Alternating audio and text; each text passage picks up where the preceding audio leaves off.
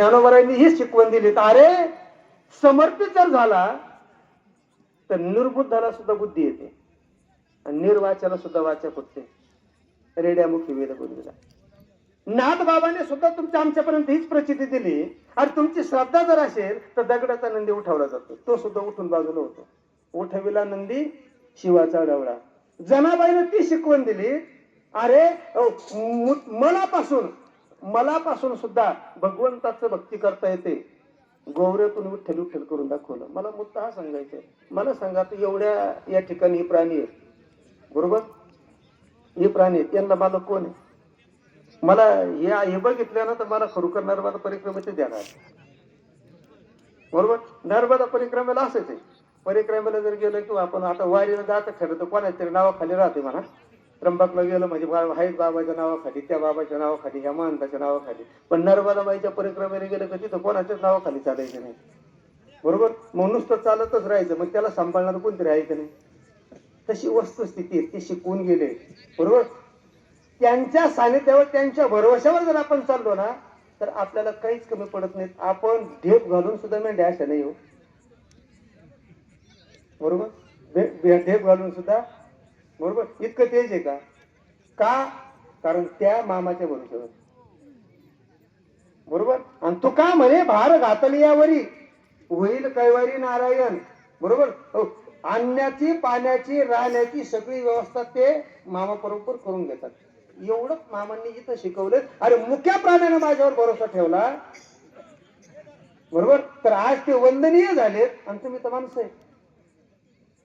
तुम्ही कोण आहे? माणसं आहेत. दादा ते प्राणी उभ्या पिकातून जातात तरी नुकसान होत नाही हो. आणि आम्ही निम्या रात्री जाऊन लोकांची नुकसानी करतो.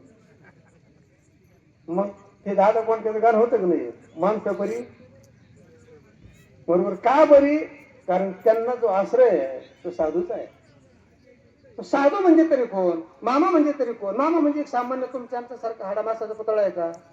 नाही. तर ते कोण आहे? या श्लोकात सांगितलंय. ती माझी विभूती आहे.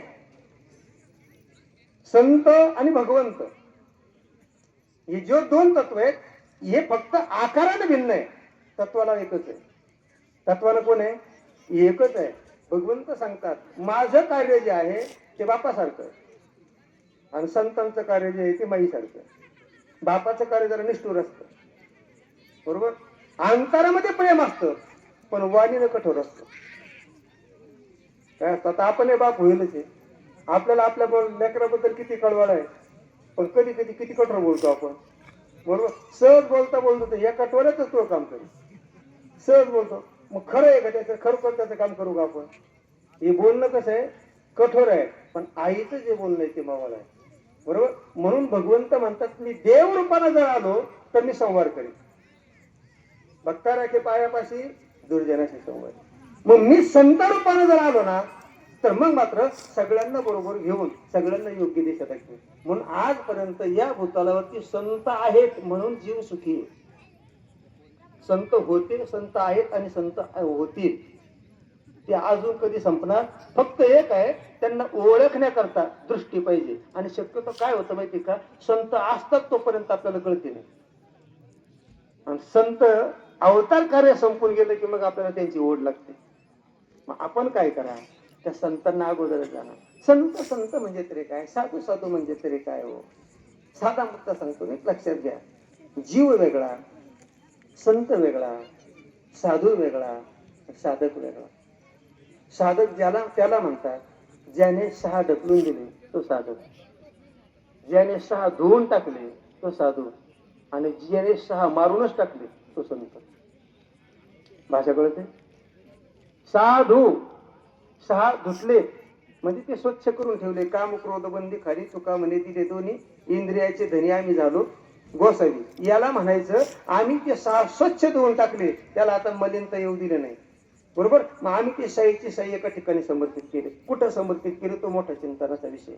साधक ज्यांनी 6 आपल्या धाकात ठेवले, काम क्रोध लोभ मद मोह मत्सर आणि अहंकार. आम्ही काय केले? साधक 6 धाकात ठेवले. मग त्याच्यामध्ये भीष्माचार्य आले, हनुमंतराय आले, त्यांनी काय ठेवले? ते धाकात ठेवले. पण पुढे जाऊन नीट लक्षात घ्या, ज्यांनी अंतच करून टाकला त्यांचा ते संत. संतांजवळ जर आता कुठल्याच प्रकारची बाधा नाहीये